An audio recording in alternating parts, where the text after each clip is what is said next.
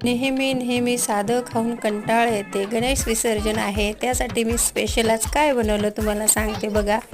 थोडेसे शेंगदाणे, थोडेसे तीळ, थोडेसे ड्रायफ्रूट आणि प्युअर आमच्याकडे ते ताटीचा गूळ म्हणतात, शुद्ध गूळ, हे दोन्ही मिक्सरमधून ग्राइंड करून हे पोळी करायले गोड तुमच्या सर्वांच्यासाठी.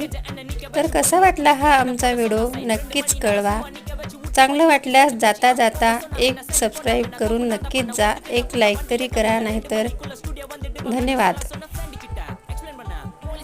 नेहमी साधं खाणं खाऊन कंटाळा येते. आज गणेश विसर्जन आहे, तर काय बनवावं स्पेशल. तर मी थोडेसे शेंगदाणे घेतले आहे, थोडेसे तीळ घेतलेले आहे, तर थोडेसे ड्रायफ्रूट घेऊन मी हे सर्व भाजून घेतलेलं आहे मिश्रण. आणि आमच्याकडे हे ताटी गूळ म्हणतात, हे सर्व मिक्सरमध्ये ग्राइंडर करून घेतलेलं आहे मऊ. आणि मी याची आज